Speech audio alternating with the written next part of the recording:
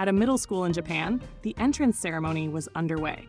Among the crowd, 12-year-old Saitama was already dozing off, oblivious to the excitement around him. In the school backyard, 2 older and larger kids were harassing 3 younger students, demanding all their money. Suddenly, another student appeared, riding a bicycle. He skidded to a halt and shouted, "Stop right there, delinquent scum!" The bullies turned, clearly unimpressed. "Who the heck are you?" One of them sneered. The boy struck a dramatic pose and said, "I'm a new student too. Call me Nameless Bicycle Rider." With deliberate care, he parked his bicycle and declared, "I won't overlook any crime." The bullies exchanged amused looks and chuckled. "This kid must be nuts," one said. "Let's deal with him first." Back in the classroom, Saitama was buried in a physical education book, completely uninterested in the world around him. Meanwhile, other students were gossiping about an earlier incident. Did you hear about the first-year kid who got beaten up by those bullies?" one whispered. "They tore his uniform. We need to stay away from them." Later that evening, Saitama was at home, watching TV. The news anchor's grave voice filled the room. This afternoon at 4 p.m., a monster was reported in Z City. Several police officers were dispatched to handle the situation, but were viciously attacked and forced to retreat. In response, Z City has issued an urgent request for the immediate deployment of a special force to combat the threat. The last recorded monster appearance was 9 months ago. However, if we examine data from the past decade, it's evident that these occurrences are becoming more frequent. The anchors began debating. Should we take more drastic measures, like shooting the monster on sight, to ensure public safety and maintain order? Remember, at this time, the Hero Association didn't exist. Monsters were handled by the police and other government agencies. The broadcast resumed. The core issue is that local police forces are unequipped to handle monsters that appear out of nowhere. There's an urgent need to establish a system where the police can respond immediately to emergencies. Meanwhile, Saitama, feeling drained, slowly drifted off to sleep in front of the TV. The next morning at school, Saitama realized he hadn't done his homework. I completely forgot. I'll do it now," he said nonchalantly. The teacher wasn't amused. "Are you kidding me? It's only your 3rd day, and you're already falling behind. Do you even understand what's at stake? If you don't keep up, you'll never catch up." Saitama looked genuinely puzzled by the outburst, which only fueled the teacher's frustration. "Meet me after school," the teacher said sharply. "I'll teach you a lesson about responsibility." As Saitama walked back to his seat, he could hear his classmates murmuring. "He should have just stayed quiet," one whispered. "Yeah, now he's gone and made an enemy of the homeroom teacher," another added. After school, Saitama was heading to the teacher's office when 2 bullies stepped in his way. "Hey, come with us for a minute," one of them demanded.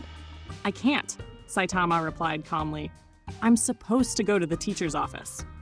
The first bully narrowed his eyes. "Who do you think you're talking to?"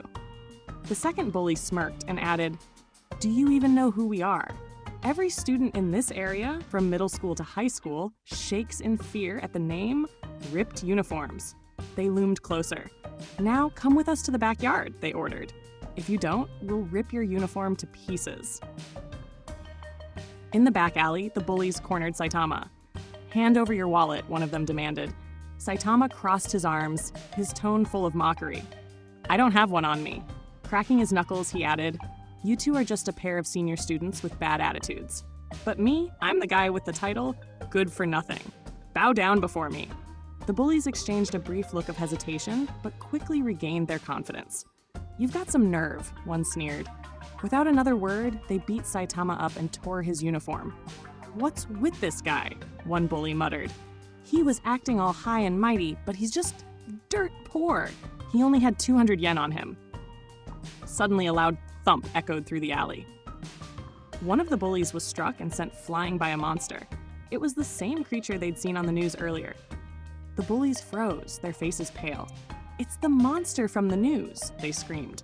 The monster, a grotesque figure called Piggy Bankon, bellowed, "Give me your coins! Your coins! Insert your coins into me!" It lunged at the bullies, who panicked and desperately handed over the 200 yen they'd just stolen.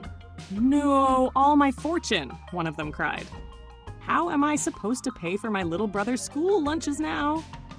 Meanwhile, Saitama sat up and watched the ridiculous scene unfold. He sighed, brushing the dirt off his torn uniform. "This is all so stupid," he muttered as he got to his feet.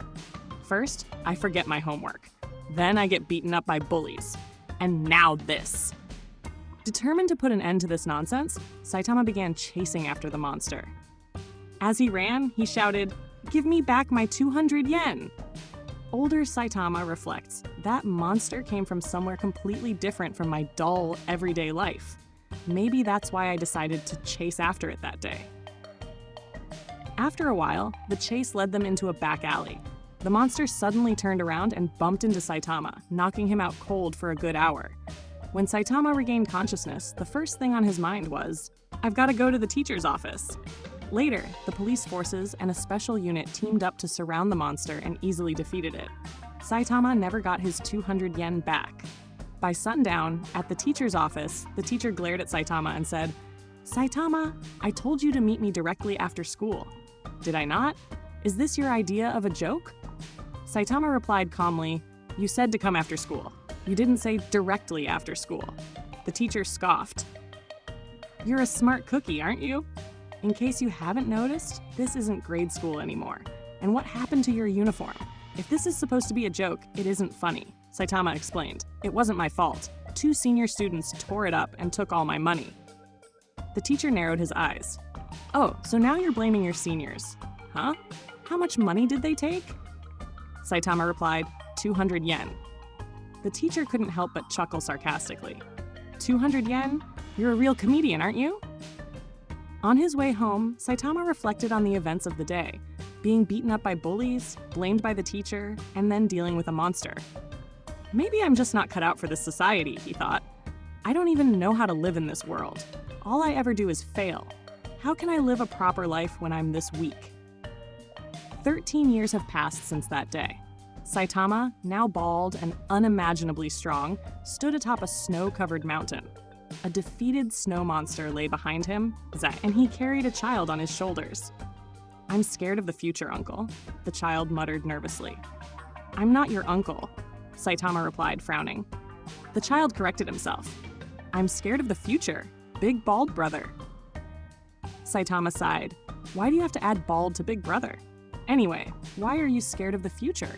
The child hesitated. "I don't think I'll live very long in a world filled with monsters like this. And I definitely won't live well like you, big bald bro." Saitama shook his head. "There's no such thing as living well in this world. I was scared too when I was your age. Even now, life hasn't exactly gotten easier for me." The child looked up at him. "But you're strong, bald guy." "Doesn't matter if you're strong or weak," Saitama replied. "Then what should I do?" the child asked. Saitama shrugged. "Do whatever you want." The child blinked. Are those deep, meaningful words, or just random ones? Saitama smirked. "What do I know? They're my words." The child smiled. "Thanks, Baldy." At this, Saitama grew visibly annoyed. He considered dropping the kid off his shoulders. In the distance, a gigantic monster appeared, towering ominously over the horizon. The child gasped. "Hey, can you beat that huge one too? Isn't he a little too big?" Saitama remained calm. "Nah, it'll be fine." Suddenly, a thought struck him. "This is bad. I forgot to take out the trash. Today's burnable trash day." The end! Thank you for watching this episode of One Punch Man. We hope you enjoyed exploring today's story. If you found it engaging, please give it a thumbs up and subscribe for more exciting content every week. Share your thoughts, or let us know what topics you'd like us to cover in the comments below. Goodbye!